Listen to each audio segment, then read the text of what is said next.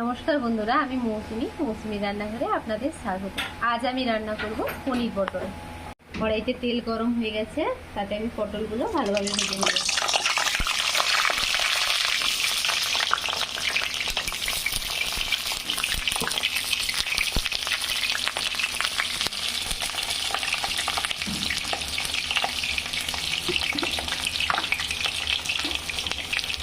স্বাদ মতো লবণ দিয়ে দেবো। পটলগুলো ভালোভাবে ভেজে নেব। আলুগুলো ভালোভাবে ভেজে দেবো।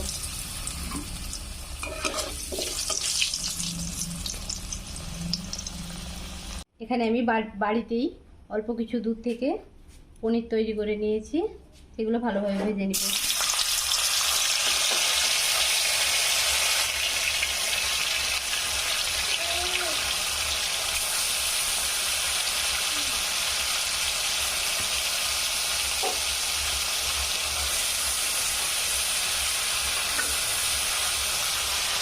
কড়াইতে তেল গরম হয়ে গেছে, তাতে আমি শুকনো লঙ্কা, তেজপাতা ও অল্প কিছু গোটা জিরে দিয়ে দেবো। টমেটো কেটে রেখেছিলাম, সেগুলো দিয়ে দেবো।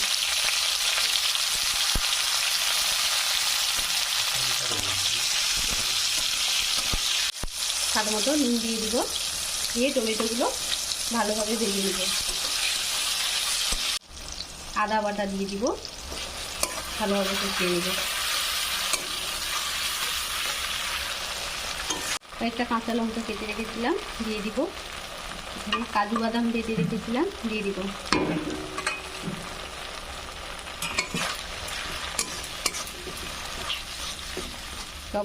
সব অল্প আছে, একটুক্ষণ কষিয়ে নেব। হাফ চামচ গোলমরিচ গুঁড়ো দিয়ে দিব, 1 চামচ লঙ্কার গুঁড়ো দিয়ে দিব ও হাফ চামচ হলুদ গুঁড়ো দিয়ে দিব। সব আরও কিছুক্ষণ ভালোভাবে কষিয়ে নেব।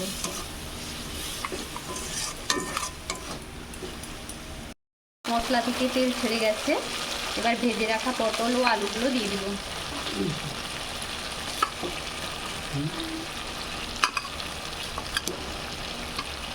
ভেজে রাখা পনিরগুলো দিয়ে দিব।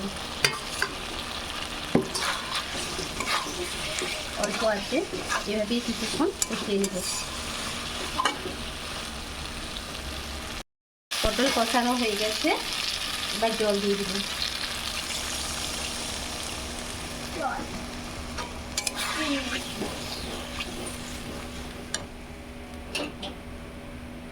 স্বাদ মতো চিনি দিয়ে দিব।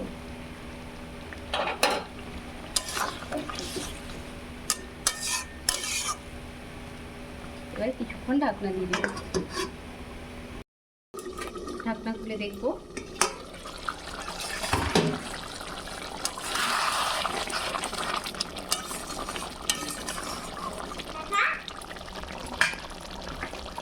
হয়ে গেছে, এবার অল্প একটু গরম মশলা গুঁড়ো দিয়ে দিব। ভালোভাবে মিশিয়ে দিব। এবার নামিয়ে নিব। কি বন্ধুরা, কেমন লাগলো আমার এই রান্না? ভালো লাগলে লাইক, শেয়ার ও সাবস্ক্রাইব করতে ভুলবে না কিন্তু।